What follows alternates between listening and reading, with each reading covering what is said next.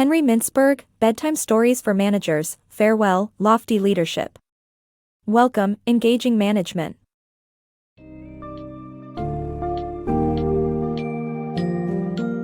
Dive into the world of engaged management with Henry Mintzberg's enlightening book, Bedtime Stories for Managers, Farewell, Lofty Leadership. Welcome, Engaging Management. This summary will provide you with key insights on how effective managers foster a collaborative environment by helping employees excel, working across networks, and embracing organic strategies. Discover the importance of sound judgment and earning respect within an organization, and learn how to avoid the traps of inefficient hierarchy and short-term thinking that plague many modern businesses.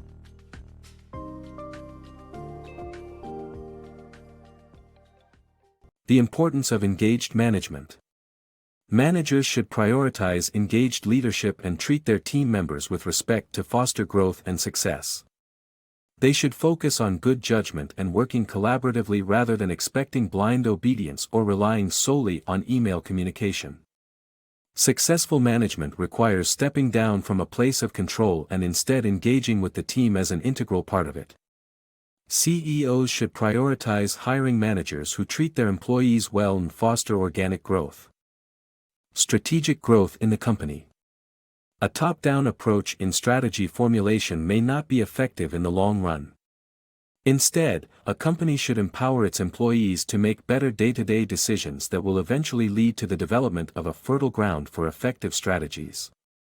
The author emphasizes the importance of recognizing success and building upon them to ensure further success. Grounded engagement is crucial in optimizing everyone's contribution, and good strategies are developed through learning, not planning. It is better to allow strategies to grow at their own pace, like weeds in a garden, and cultivate the successful ones to further their success. The cow versus the chart. In this book, the author challenges traditional notions of leadership and organizational structure.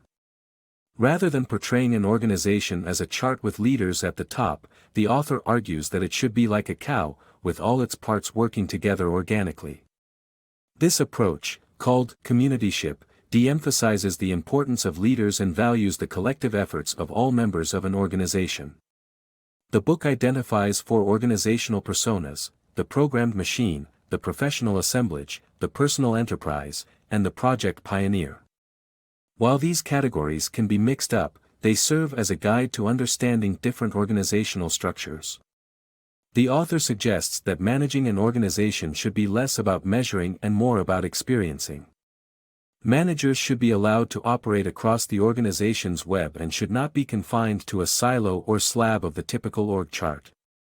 Executives should mingle with staff members and seek their opinions, and board members with diverse experience should be hired to learn from the CEO. The author likens a board to a bee buzzing around a CEO, and its sting should be used wisely.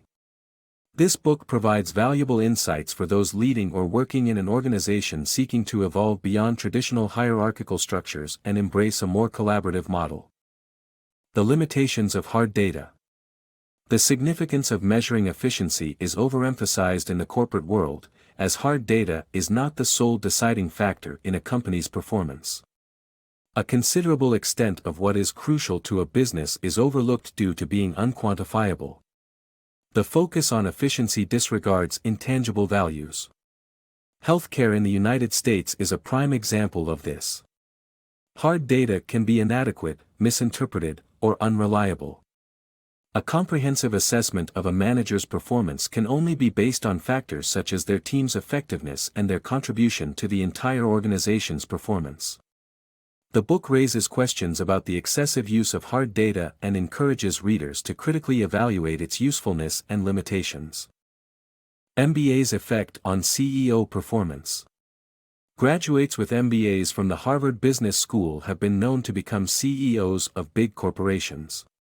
However, studies in the 2000s found that these CEOs with MBAs were notably more likely to be involved in short-term strategic expedients that led to long-term declines in their firm's market value. Such leaders, who change everything all the time, rely only on short-term deals and mergers, get the stock price up, cash in and leave. In David Ewing's Inside the Harvard Business School, he identified 19 graduates as CEO superstars but later observed that almost all of them also failed in some way. The reason for this, according to the author, is that most MBA programs focus too much on case studies and not enough on experience. The fable that leadership is separate from and superior to management has been bad for management and worse for leadership. The study proposes that such MBA programs should focus more on hands-on experience than case studies to enable their graduates to make informed management decisions. International Masters Program for Managers. The International Masters Program for Managers, IMPM, focuses on improving the performance of managers through reflection, analysis, worldly management, collaboration, and action. Over 16 months, IMPM students attend 5 10-day sessions in different countries. The program is designed for experienced managers seeking to enhance their skills. IMPM emphasizes roundtable discussions, show-and-tell exercises, and keynote listeners to help participants learn from each other's experiences. The program's strategies include eavesdropping and tapping in and out of inner circle conversations to keep discussions fresh. IMPM helps managers improve their performance by facilitating self-learning and educating others. CEOs and corporate social responsibility. CEOs should prioritize better treatment of their employees and customers instead of just collecting high salaries and bonuses. Downsizing typically harms a company in the long term by cutting quality, research, and workers. Companies must move beyond corporate social responsibility 1.0 to CSR 2.0 to address social problems with the help of governments and businesses working together. Capitalism must serve a civic society to avoid driving society towards imbalance. CEOs should look around and do something to make a difference. True customer service. In today's world, companies that genuinely serve their customers are becoming increasingly rare. The philosophy of customer service has been overshadowed by a focus on profits, leading to an alienating customer experience.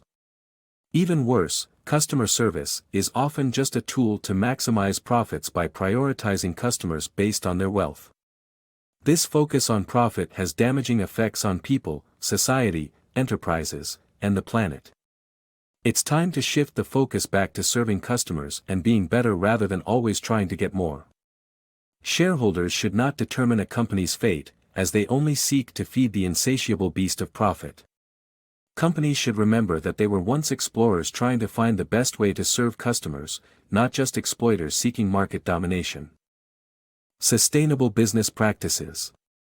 In today's economy, sustainable business practices are crucial for long-term success. This book emphasizes the importance of finding patient, decent capital to keep your company afloat.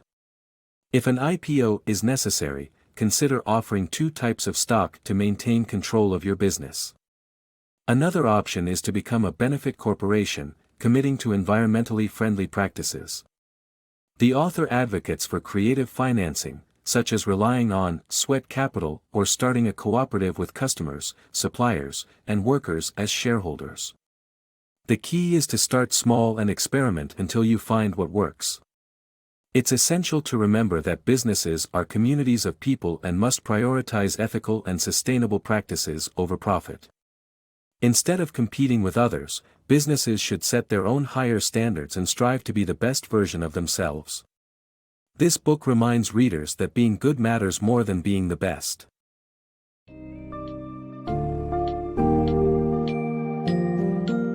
In conclusion, Bedtime Stories for Managers emphasizes the importance of engaged management in creating a thriving, collaborative work atmosphere.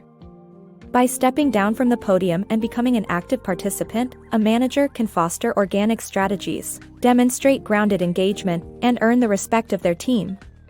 It is crucial to acknowledge that a healthy organization operates much like a living organism and that sustainable growth demands balance within every layer of the company.